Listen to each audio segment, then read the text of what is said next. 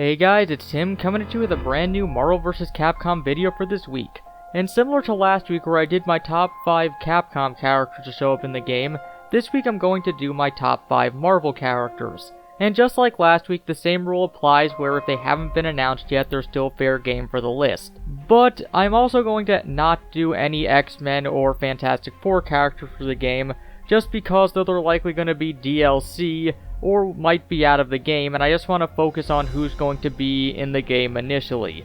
So this is just going to be characters who Marvel Studio owns at the time. So with that said, my number 5 choice is Kamala Khan. She's a very recent fan favorite character, but she would have a very interesting move set considering her expanding and stretching abilities to allow her to give a lot of options. Plus, like I said, fans are very interested in seeing her, and it would be an interesting new addition to the cast, and probably, in my opinion, the best Inhuman representation they can have, though they could potentially do other ones, it's just the one I think works best. My number 4 choice is Black Panther.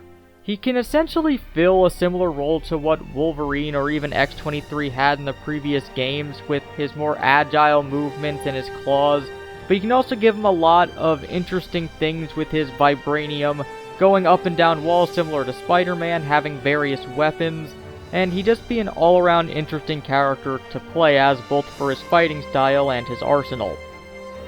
My number 3 choice goes to Hawkeye, and if you've been a follower of the channel for a while, you know that Hawkeye is my favorite character. But beyond that, I'm just a big fan of Archer-type characters in fighting games like Green Arrow and Injustice, and the more recent characters in MKX.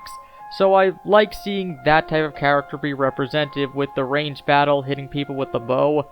And Hawkeye has one of the most awesome themes in the Marvel vs. Capcom series, so I'd love to hear that get a return and a remix to it to see if they can make it even more awesome. My number 2 choice goes to Starlord, and similar to other characters who I put on these types of lists, mostly he's on my list just because of the potential for his ability to be used creatively. More specifically, his element gun, which can probably do a variety of different effects based on what you choose to use for it, kind of like what Ami had from the previous Marvel vs. Capcom game. You could have the fire one do some type of chip damage, you can have ice obviously freeze, wind blow back, earth possibly slow the other person down, and it'd just be really interesting to see how they could implement all the different elements doing different things. And my number 1 choice goes to Loki, which might seem like a weird choice, but again, I like seeing the different move potential, and having a magic-based character who can do illusions. He also has super strength, he has the power of his staff. You can do a lot of different things with this character, and there's a lot of customization since there's been so many different types of Lokis over the years. The character has a lot of potential, and I just like to see what they do with him in this particular game.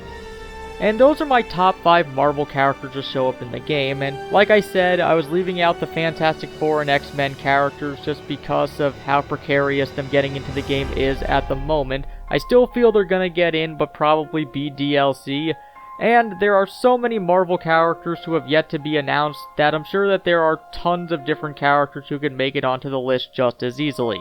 So, like always, let me know down in the comments who you guys like to see in Marvel vs. Capcom Infinite. And until next time, this has been Tim from the Hybrid Network, signing out.